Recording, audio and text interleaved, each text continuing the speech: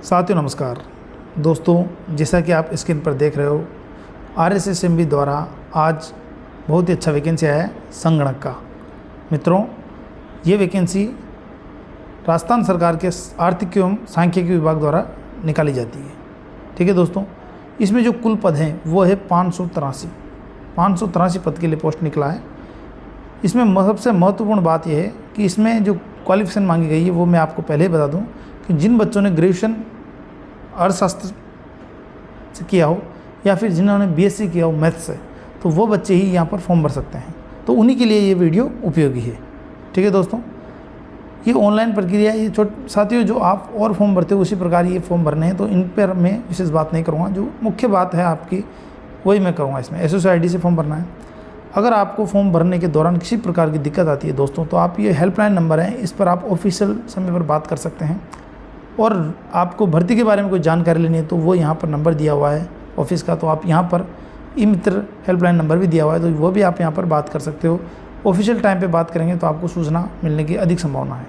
ठीक है दोस्तों, जो भी जानकारी आपको चाहिए साथियों, यहाँ पर इसकी वेबसाइट दी हुई है, ऑथेंटिक जानकारी यहीं मिलेगी। तो आप समय समय पर RSSMB की वेबसाइट आप चेक करते रहें। ठीक है साथियों, 2 वेबसाइट यहाँ पर दी हुई है।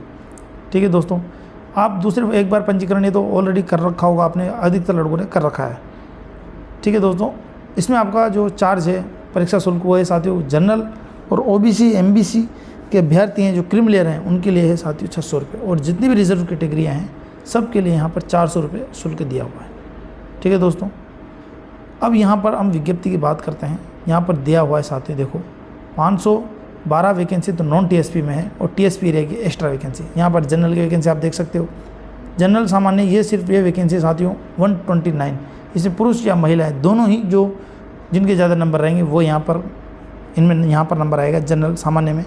और जो सामान्य महिला से लेकर विधवा परित्य के ये कोटा ये सिर्फ महिलाओं के लिए रिजर्व है।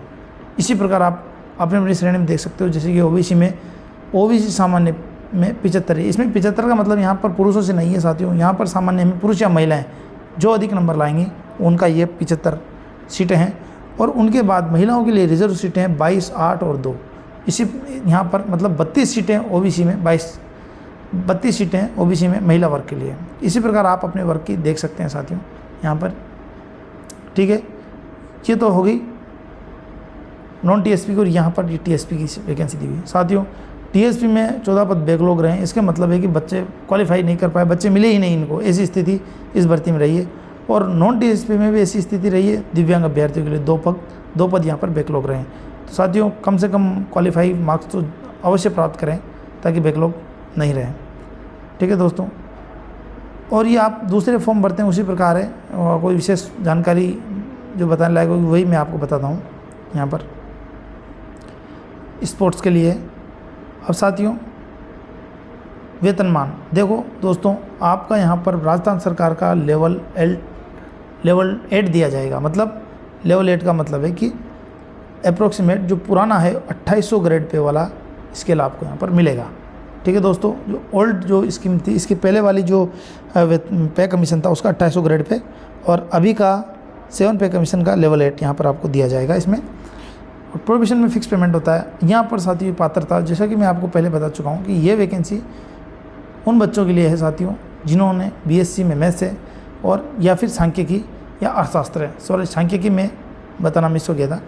तो किसी विश्वविद्यालय से गणित, सांख्यिकी या अर्थशास्त्र में से किसी मतलब एक विषय कम से कम आपके पास ग्रेजुएशन में होना चाहिए। आप मैथ्स हो तो BA में भी अगर मैथ्स होता है, किसी बच्चा ले लेते हैं गणित में, तो वो बच्चे भी यहाँ पर एंटाइटल हैं। BSc मैथ्स वाले भी एंटाइटल हैं, और BA अर्थशास्त्र सांख्यिकी हैं तो वो बच्चे भी यहाँ पर एंटाइटल है। अगर ये नहीं है तो भारतीय सांख्यिकी संस्थान कोलकाता द्वारा पार्ट A भी अगर उन्होंने क्लियर किया हुआ है, पार्ट A का प्रमाण पत्र है उनके पास, तो वो बच्चे भी एंटाइटल है। इनके अलावा साथियों O लेवल का कोर्स होना चाहिए, वही जो और भर्तियों में मांगा जाता है। राजस्थान सरकार की अधिकतर भर्तियों में LDC में वही यहाँ पर मांगा गया है। ITI मांगी गई है साथियों, अगर ये नहीं है तो कंप्यूटर कोपा से ITI हो, या फिर डाटा प्रेजेंटेशन कंप्यूटर सॉफ्टवेयर से ITI हो, पॉलिटेक्निक हो कंप्यूटर एप्लीकेशन में, CS में, कंप्यूटर साइंस में, और 12th में अगर एक सब्जेक्ट रहा हो वो भी चलेगा। पॉलिटेक्निक हो, यहाँ पे लिख रखा है कंप्यूटर विज्ञान में। इसी प्रकार साथियों यहाँ पे लिखा है वर्धमान महावीर खुला विश्वविद्यालय से अब साथियों यहाँ पे लिख दिया राजस्थान राज्य सूचना प्रौद्योगिकी प्रमाण पत्र, तो इससे कन्फ्यूज नहीं हो साथियों। राजस्थान राज्य सूचना प्रौद्योगिकी ये RSCIT ही होता है, तो ठीक है, तो यहाँ पर RSCIT मांगा गया है। ठीक है दोस्तों, हिंदी में लिखा है, तो इसलिए आप इस पर कन्फ्यूज ना हो। ठीक है दोस्तों, सबसे इम्पोर्टेंट बात है, यहाँ नोट में लिख दिया इन्होंने कि न्यूनतम 40% अंक प्राप्त करना जरूरी है इस परीक्षा में। साथियों यहाँ पर ये स्पष्टीकरण नहीं दिया है कि रिजर्व कैटेगरी को छूट दी जाएगी, तो मेरे हिसाब से यहाँ पर शायद इसमें छूट है नहीं, इसलिए यहाँ पर लिखा नहीं है इन लोगों ने। तो आपको कम से कम 40% मार्क्स तो लाना ही कंपलसरी है साथियों, अगर ये जो आपको जॉब लगना है तो। ठीक है दोस्तों, और कुछ विशेष बात तो है नहीं, वही है एज क्राइटेरिया, ये इंपॉर्टेंट है कि 18 से आपको 40 वर्ष तक आपकी उम्र हो जानी चाहिए। और जो कैटेगरी रिजर्व कैटेगरी जो और वैकेंसी में छूट मिलता है, ST SC को 5 OBC को 3, उस प्रकार यहाँ पर छूट मिलेगी। ठीक है दोस्तों, और नई पेंशन तो अभी चालू है, जो नई पेंशन योजना है वो तो यहाँ से अभी जो राजस्थान सरकार ओल्ड पेंशन स्कीम चालू कर रही है, तो वो यहाँ पर लागू होगी आप सभी बच्चों के लिए जो इसमें भर्ती होंगे। और साथियों ये इम्पोर्टेंट है, आपकी जो अवधि है साथियों यहाँ पर है 10 अगस्त, हाँ सही बात है। तो 10 अगस्त के पहले आपको फॉर्म भरना है साथियों, तो 10 अगस्त का इंतज़ार ना करें। अगर आपके पास ये योग्यताएं हैं तो आप तुरंत फॉर्म भरें। एंड में ऐसी स्थिति आ जाती है कि सिस्टम हैक हो जाता है और लोड ज़्यादा पड़ता है। परीक्षा का आयोजन साथियों 14 अक्टूबर को परीक्षा हो जाएगी आपकी, संभावित यहाँ पर डेट दे दी गई है। तो साथियों अगर आप पास ये क्वालिफिकेशन है तो आप अभी से ही इसकी तैयारी में लग जाएँ। ठीक है दोस्तों, और आवेदन कैसे करें ये तो इस पर तो कोई बात करना मैं उचित नहीं समझता, क्योंकि आप और फॉर्म भरते हो उसी प्रकार ये फॉर्म भरना है। वैसे यहाँ पर अधिकतर ई मित्र से भरवाए जाते हैं, या आप स्वयं भी भर सकते हो।